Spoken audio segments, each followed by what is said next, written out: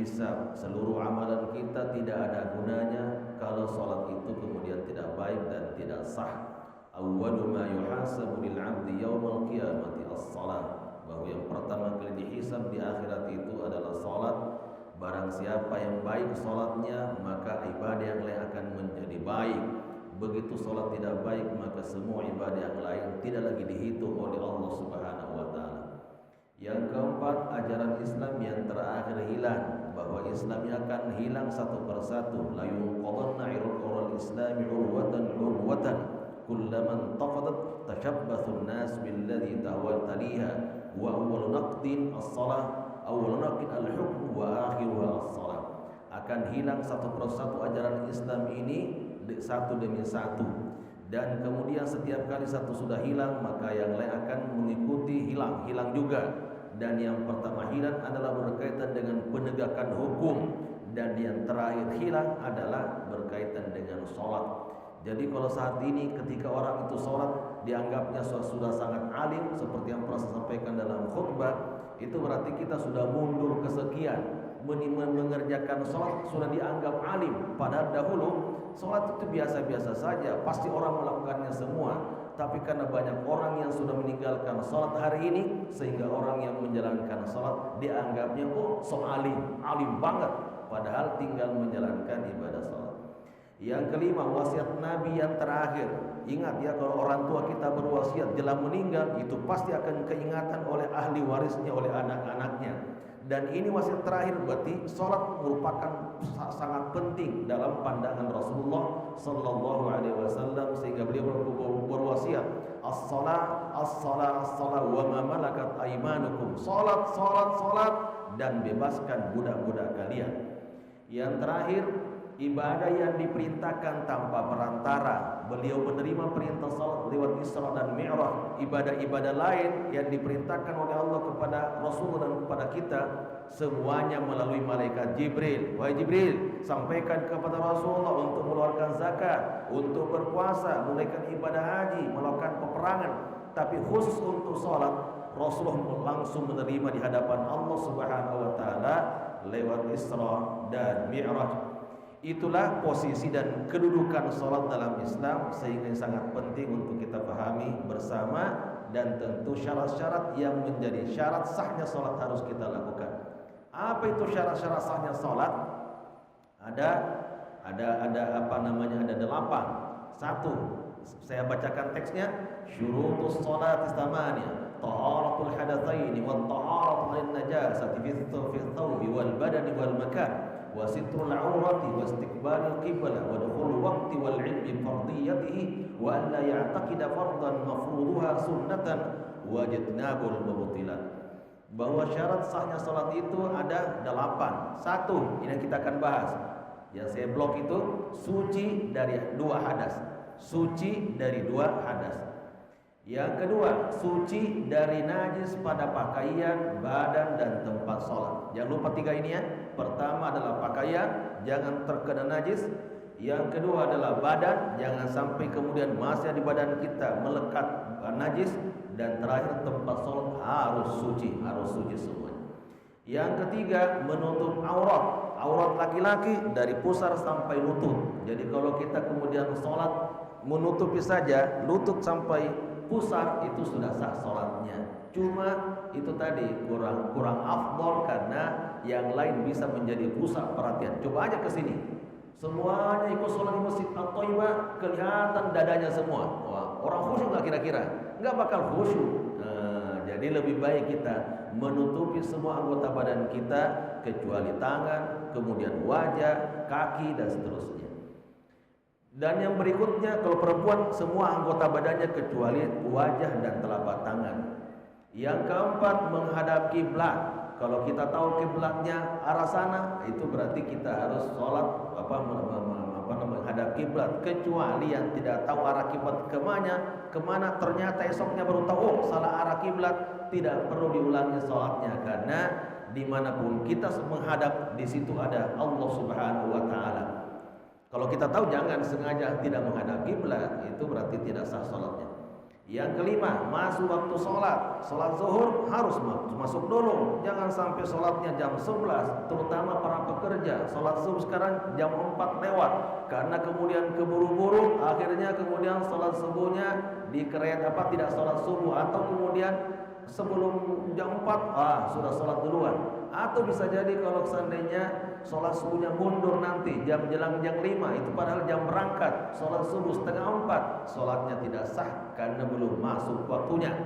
Yang keenam, mengetahui fardu sholat. Ini paling penting karena syarat sahnya sholat itu adalah melaksanakan semua fardu. Kalau yang wajib bisa kemudian sah sholatnya ditinggalkan, tapi harus sujud sahwi. Adapun sunnah sholat tidak perlu sujud sahwi dan tidak perlu mengulang sholatnya. Itulah perbedaan antara rukun sholat, wajib sholat, dan sunnah sholat.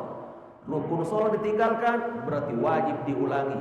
Kalau wajib sholat ditinggalkan hanya melakukan sujud sahwi jelang salam. Kalau sunnah sholat seperti kita membaca doa iftitah, sifatnya sunnah, tidak perlu diulangi, hanya berkurang pahalanya karena meninggalkan sunnah sholat.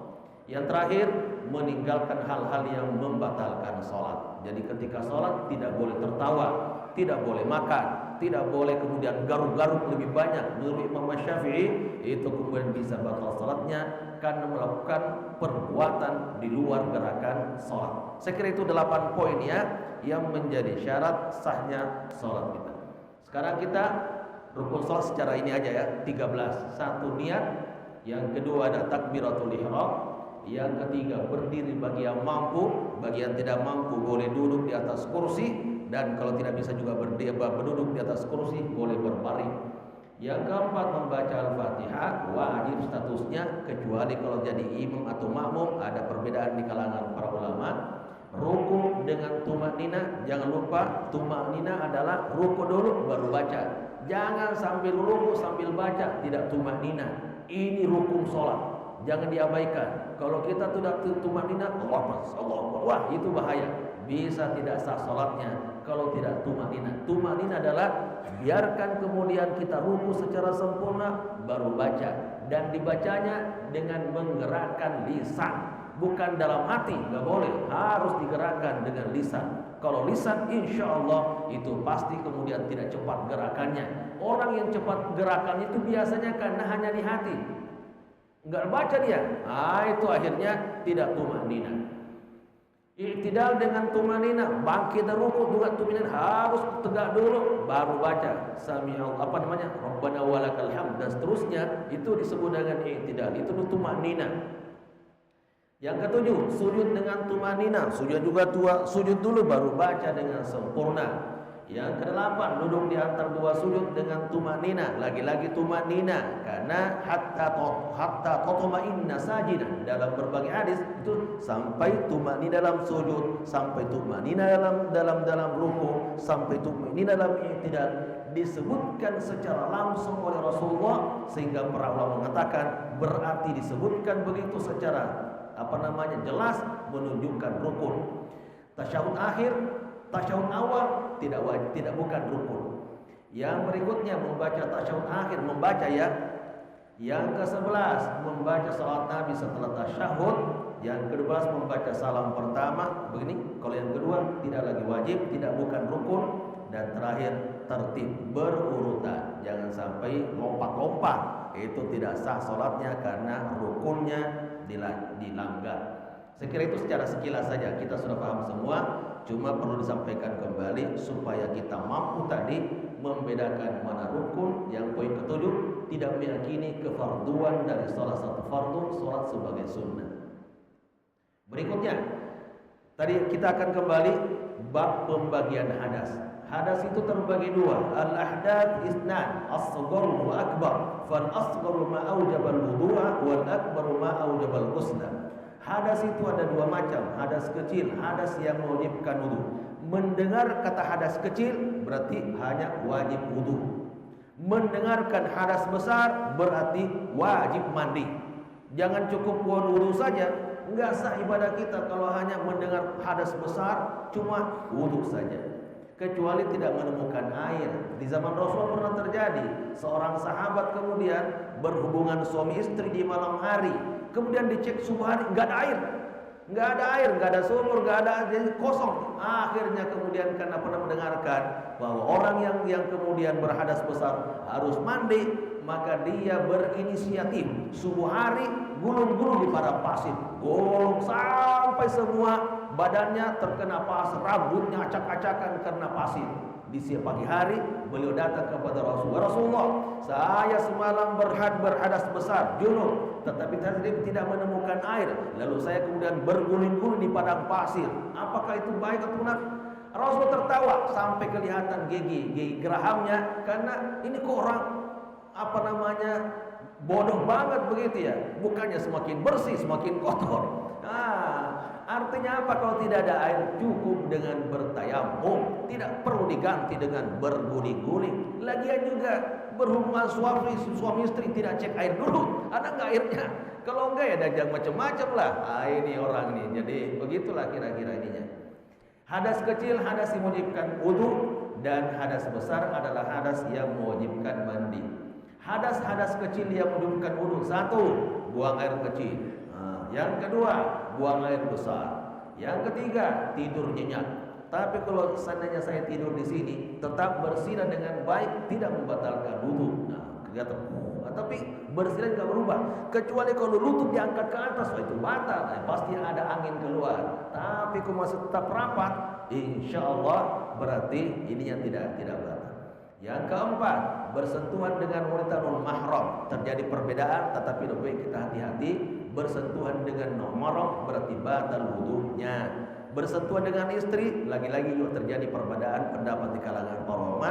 Asal usulnya adalah surat An-Nisa, aula mastumun nisa, bersentuhan dengan wanita. Ada yang mesti menyebutkan di situ ada kalimat majaz, hanya yang dimaksudkan adalah berhubungan suami istri. Ada yang menyebutkan benar-benar bersentuhan dengan istri pun membatalkan wudu. Saya secara pribadi mengambil pendapat bahwa selama itu kemudian bersentuh dengan istri, insya Allah tidak batal wudunya. Karena ada yang sering menyebutkan Rasulullah seringkali mencium istrinya jelang sholat, kemudian tidak berwudu lagi. Tapi tahan syahwat. Kalau kita yang sudah tua-tua insya Allah ya bisa menahan syahwat. Tapi yang muda-muda jangan sampai menciumnya. Tiba-tiba bergerak, ini harus berwudu kembali. Yang berikutnya, keluar angin dari dubur. Yang keenam, hilang akal atau mabuk, pingsan dan gila, hilang kesadarannya. Dan terakhir, menyentuh kemaluan tanpa alas ya, menyentuh secara langsung. Tapi kalau ada alasnya, ada ininya, ada pembatasnya, maka tidak membatalkan wudu. Megang-megang dalam keadaan tidak ada pembatasnya, itu membatalkan wudu. Itu yang hadas kecil yang mewajibkan wudu. Hadas besar yang mewajibkan mandi ada 6. Faslun mujibatul ghusli sittah, ilajul hasyafati fil fard wa khurujul mani wal haid wan nifas wal wilada wal maut. Adapun yang hadas besar mewajibkan mandi ada 6. 1. Masuk hasyafah ke dalam farji. Yang dimasukkan dengan hasyafah adalah topi laki-laki tuh. Kemaluan laki-laki di depannya ada topi. Ada topinya. Sudah masuk topinya, bagian depannya wajib mandi. Walaupun maaf ya, belum full. Belum full.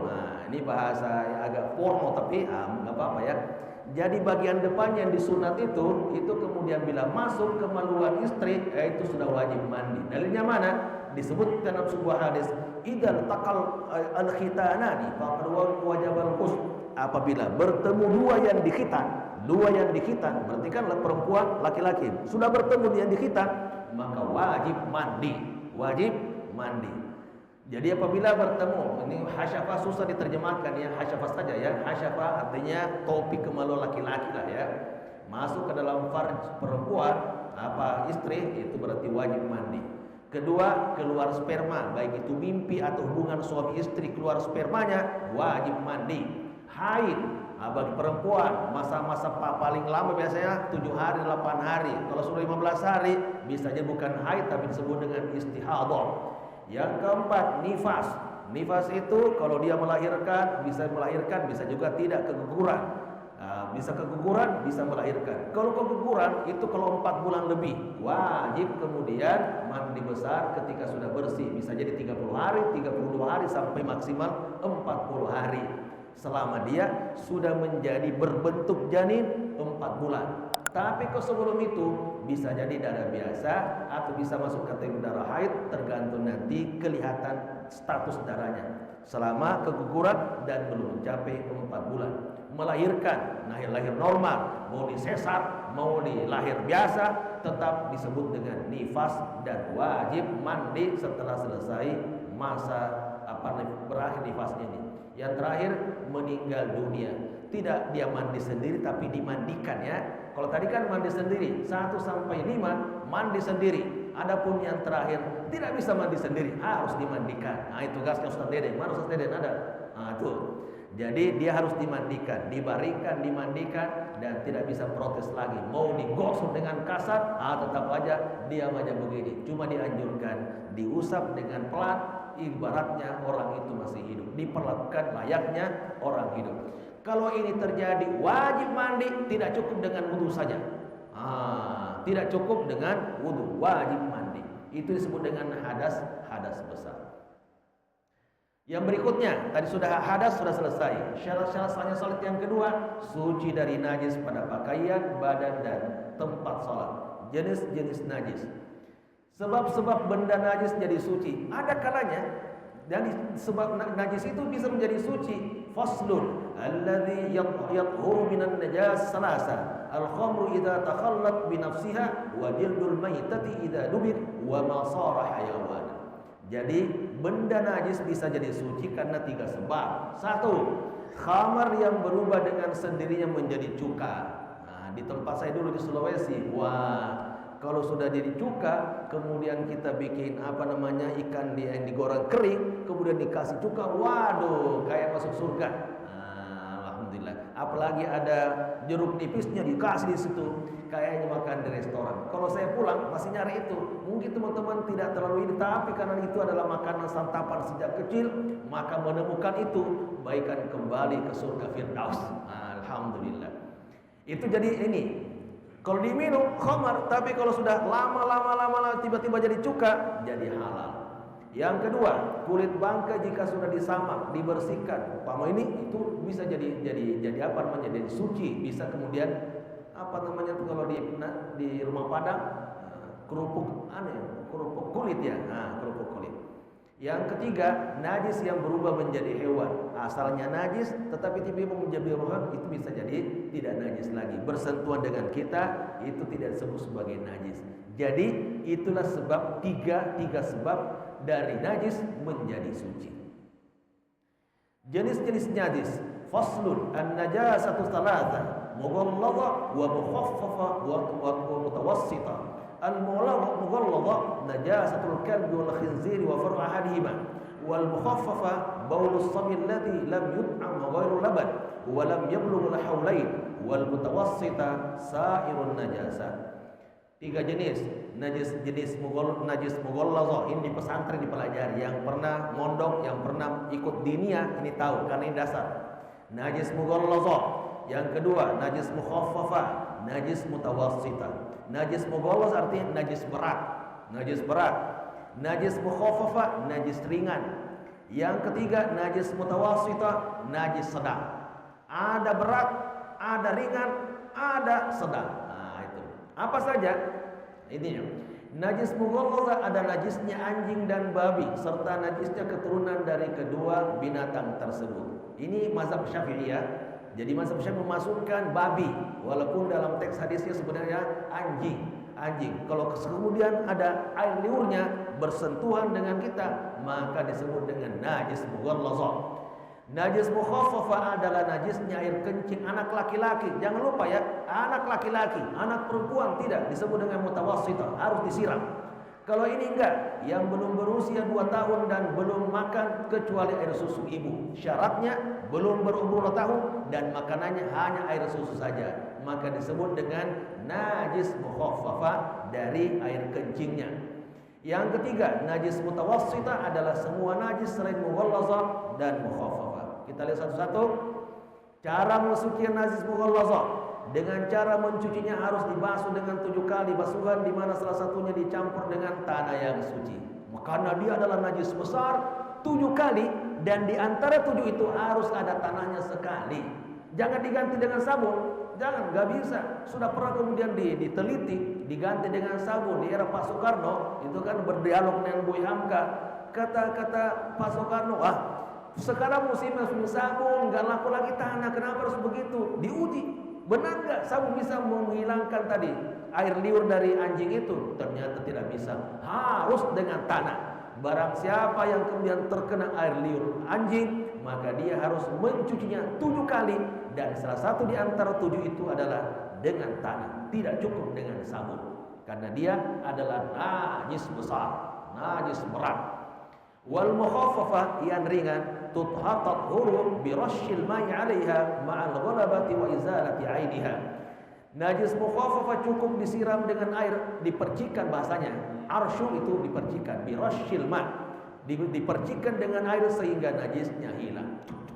Begitu. Tapi sekarang alhamdulillah dengan adanya Pampers itu lebih mudah sekarang. Dulu tidak ada, sehingga kalau anak itu kencing dipakai tidak perlu disiram, tapi dipercikan air. Tapi khusus untuk anak laki-laki yang belum berumur 2 tahun, makanannya hanya dari susu ibu. Adapun anak perempuan tidak harus disiram.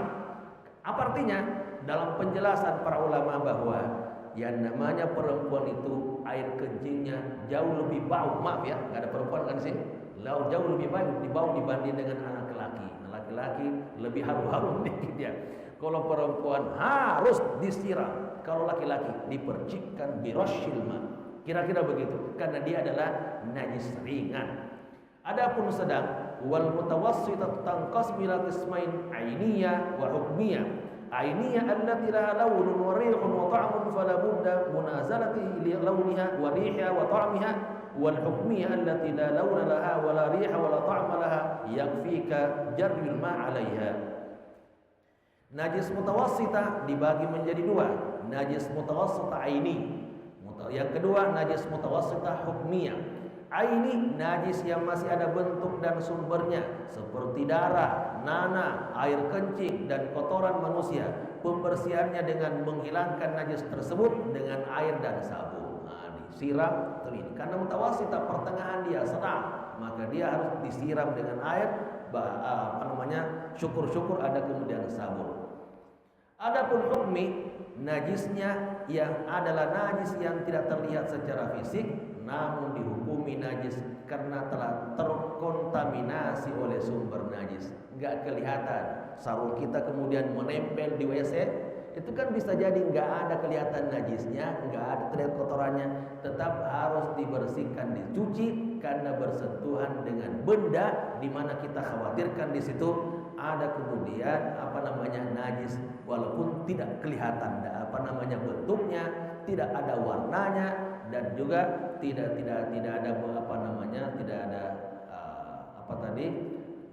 tercium baunya, warihuha, tidak ada baunya. Itu tetap harus kemudian dihilangkan. Inilah yang disebut dengan aini atau hukmiyah.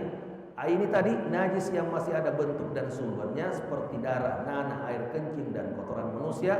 Pembersihannya dengan menghilangkan najis tersebut dengan air dan sabun. Adapun hukmi adalah najis yang tidak terlihat secara fisik, namun dihukumi najis karena telah terkontaminasi oleh sumber najis. Proses pembersihannya cukup dengan menyiramkan air atau membasuh bagian yang terkena najis itu dengan menggunakan air bersih. Itulah yang berkaitan dengan tadi hadas dan najis yang merupakan syarat sahnya sholat itu sendiri. Dan kita kembali ke tadi, yang paling penting adalah bahwa memang sholat itu, karena ini adalah sesuatu yang sangat penting dalam Islam, maka kita harus membiasakan diri suci dari najis, dari hadas kecil, hadas besar, harus itu bersih semuanya, supaya sholat kita menjadi sah dalam pandangan Allah Subhanahu wa Ta'ala. Karena inilah akan menjadi awal yang akan dihisab di akhirat kelak. Begitu sholat kita kemudian tidak diterima oleh Allah, maka seluruh amal ibadah kita yang lain tidak diterima di sisi Allah Subhanahu wa Ta'ala. Dan sholat ini merupakan tanda-tanda orang beriman. Ketika kita menjalankan sholat dengan baik, berarti kita dikategorikan sebagai orang beriman. Qad aflahal mu'minun alladzina hum fi sholatihim khashi'un. Bahwa berbahagia orang beriman yang dalam sholatnya itu kemudian khusyuk. Demikian juga tanda-tanda orang bertakwa dalam surat Al-Baqarah, alladzina yuqimunas shalah, bahwa tanda orang bertakwa adalah orang yang mengerjakan salat, mendirikan salat dengan baik. Jadi kalau kita sudah mendirikan salat dengan baik, tentu dengan ketentuan-ketentuan yang telah diatur dalam Islam, maka insya Allah kita termasuk bagian dari orang-orang yang bertakwa. Sebaliknya, orang yang tidak beres salatnya bisa jadi menjadi orang yang munafik, orang yang melalaikan salatnya, alladzina hum an salatihim sahun, lalai dalam salatnya, tidak memperhatikan kesucian dan kebersihannya. Itu bisa jadi termasuk kategori orang-orang munafik karena lalai tadi. Demikian juga orang munafik bisa jadi tampakan luarnya adalah orang-orang yang beribadah, tetapi hatinya kemudian tidak baik, maka bisa jadi menjadi orang yang tertolak salatnya di sisi Allah Subhanahu wa taala. Maka ini yang paling penting untuk kita pahami bersama, sehingga insya Allah apa yang kita niatkan untuk beribadah kepada Allah dengan sebaik-baiknya pasti akan diterima di sisi Allah, karena memenuhi syarat dan sekaligus memenuhi hal-hal yang berkaitan dengan syarat dari sahnya salat itu. Itu mungkin yang dapat saya sampaikan berkaitan dengan masalah ini. Sebelum ditutup, kan ada permintaan kemarin sekiranya pembahasan berkaitan dengan ibadah-ibadah amal praktis. Ada mungkin yang mau diskusi, kata harus diskusi, ya dipersilakan. Kalau seandainya ada, kalau tidak ada berarti dicukupkan sampai di sini saja. Ini adalah pengulangan kesimpulan